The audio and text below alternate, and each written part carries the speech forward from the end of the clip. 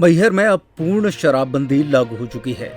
मैहर, जिसे मां शारदा की नगरी कहा जाता है, यहाँ लंबे समय से विश्व हिंदू परिषद और बजरंग दल के कार्यकर्ता, विशेष रूप से महेश तिवारी, शराब और मांस की बिक्री पर रोक लगाने की मांग कर रहे थे।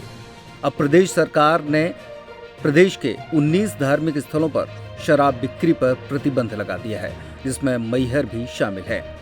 इस फैसले के बाद अब हिंदू संगठनों में उत्साह देखा जा रहा है, लेकिन अब इन संगठनों ने सरकार के सामने एक नई मांग भी रख दी है। आइए जानते हैं विश्व हिंदू परिषद और बजरंगी सेना के पदाधिकारियों का क्या कहना है। तो क्या सरकार इन नई मांगों पर भी विचार करेगी, ये देखना दिलचस्प होगा। प्रदेश सरकार को मैं बधाई देता हूं और हमारी 52 शक्तिपीठों में मैहर आता है और ये विशिष्ट धार्मिक नगरी है। लाखों जनता यहाँ पर आती है और शराबबंदी का जो कदम है वो बहुत अच्छा कदम है, सराहनीय है, प्रशंसनीय है।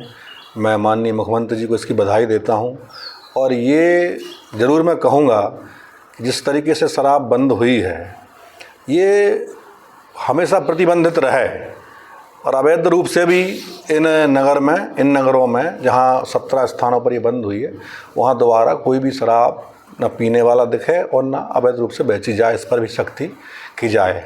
और नवरात्र चल रहे हैं तो गुड़ी पड़वा की मैं सबको बधाई देता हूँ और सरकार को भी बहुत बहुत बधाई देता हूँ। मैहर में एक मामला है, मांस की दुकानें अभी तक प्रशासन द्वारा प्रतिबंधित नहीं की गई, इसको लेकर क्या कहना है आपका? शराबबंदी का जो उन्होंने कदम उठाया है तो हम सब संतों की ये मांग है कि मांस की बिक्री भी यहाँ पर ना हो, क्योंकि धार्मिक नगरी का जो महत्व है वो शराब और मांस दोनों को हटाने से उसका पूर्ण होगा। तो इस पर भी सरकार ध्यान दे, भविष्य में इस पर भी कार्रवाई हो। निश्चित रूप से मैं प्रदेश सरकार का पुनः एक बार धन्यवाद देना चाहूँगा। जिस प्रकार से 19 धार्मिक नगरियों में नगर पालिका नगर निगम परिक्षेत्र के अंदर मांस की पूर्णतः बिक्री पर रोक लगी है, फैसला स्वागत योग्य है। मैंने तो पहले भी जिस दिन कैबिनेट में पास हुआ उस दिन भी स्वागत किया था।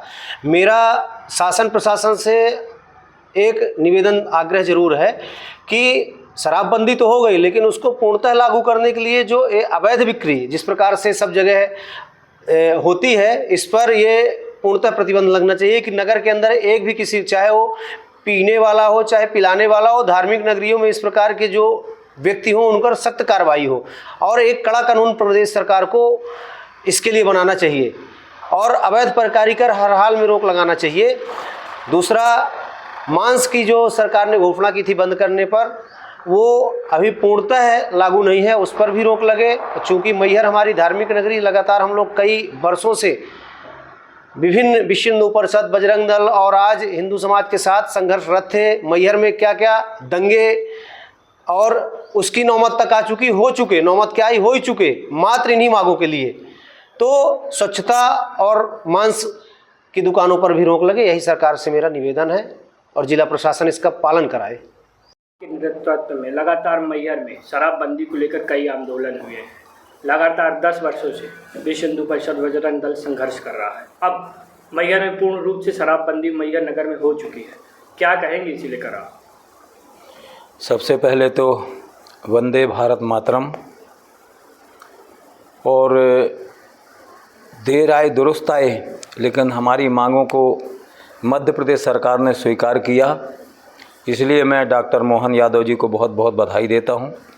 यद्यपि काफ़ी पहले से वे प्रयासरत थे कि कुछ ज़िलों में शराब की बिक्री बंद करना है, लेकिन मैं जब यहाँ विश्व हिंदू परिषद की तरफ से जिला पालक था, उस समय पूरे विश्व हिंदू परिषद के संगठन ने, चूँकि हमारे पूर्व मुख्यमंत्री आदरणीय शिवराज सिंह जी चौहान, उन्होंने इस नगरी को धार्मिक नगरी घोषित किया था।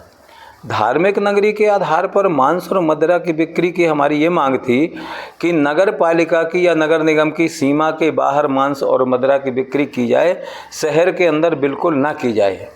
दूसरी मांग हमारी ये थी कि माँ शारदा का पवित्र स्थान है, 52 शक्तिपीठों में से एक महत्वपूर्ण स्थान है और लाखों यात्री नवरात्रि के समय पर आते हैं और 12 महीने तो कम से कम 20 से 25 हज़ार व्यक्ति 12 महीने हमेशा निरंतर आते रहते हैं, 24 घंटे जब तक मंदिर नहीं बंद होता खुला रहता है। दूसरी मांग हमारी ये थी कि जो माँ शारदा के ट्रस्ट में जो दुकानें हैं वो केवल हिंदुओं को अलॉट की जाए, क्योंकि आज जो हिंदुत्व है वो अछूता हो रहा है विधर्मियों के कारण। कहीं मूत जेहाद, कहीं थूक जेहाद, कहीं कुछ जेहाद ये चल रहा है। विधर्मियों को एक भी दुकान भी अलॉट ना की जाए। यदि किसी के पास है तो तुरंत उसको निरस्त करके और उसका टेंडर निकाला जाए। और ट्रस्ट से हमारा निवेदन है कि हिंदुस्तान के अंदर बहुत सारे हिंदू बेरोजगार युवक हैं हमारे, उनको दी जाए।